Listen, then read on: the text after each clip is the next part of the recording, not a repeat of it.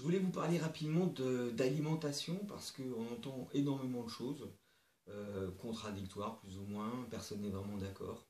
Et si on s'accorde sur le fait que il y a des lobbies qui cherchent à nous vendre des produits qui sont pas forcément très très bons pour nous, moi j'ai voulu en savoir un peu plus. Et alors bizarrement, j'ai trouvé des réponses dans Pouvoir illimité d'Anthony Robbins qu'on connaît beaucoup plus pour le développement personnel et entre autres pour la motivation, pour le fait de passer à l'action.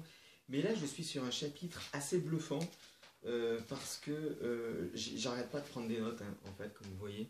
J'arrête pas de prendre des notes. J'arrête pas de surligner des choses parce que c'est vraiment assez incroyable ce qui est marqué. Alors dedans, il nous explique pourquoi il vaut mieux manger des légumes et des fruits, comment il faut manger les légumes et les fruits, s'il faut les manger avant le repas, pendant le repas, ou alors s'il faut manger que ça. Il explique aussi comment ça se passe, le processus pour assimiler tout ce qui est viande, tout ce qui est protéines, le mensonge sur les protéines. Apparemment, il y a un mensonge sur les protéines, j'en suis là.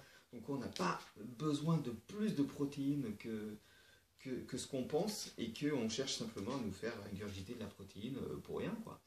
Et même les culturistes, ils sont fatigués une fois qu'ils ont mangé trop de protéines. Enfin, c'est une mine d'or. Le plus difficile, en fait, c'est de comprendre tout ce qui est dit, parce que moi, j'y connais rien en nutrition, j'y connais rien en chimie.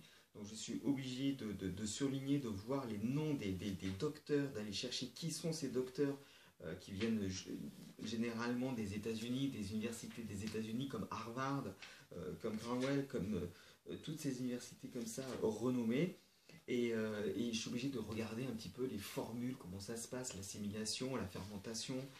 Bref, c'est vraiment un gros travail, mais c'est passionnant parce on se rend compte que ce n'est pas forcément pour nous embêter qu'on nous demande de mieux manger, mais c'est parce qu'il y a vraiment des processus chimiques et biochimiques qui sont vraiment intéressants à l'intérieur de notre corps, qui font qu'on va être performant ou pas, qu'on va avoir une acuité intellectuelle ou pas, et qu'on va avoir une fatigue ou pas en milieu de la journée.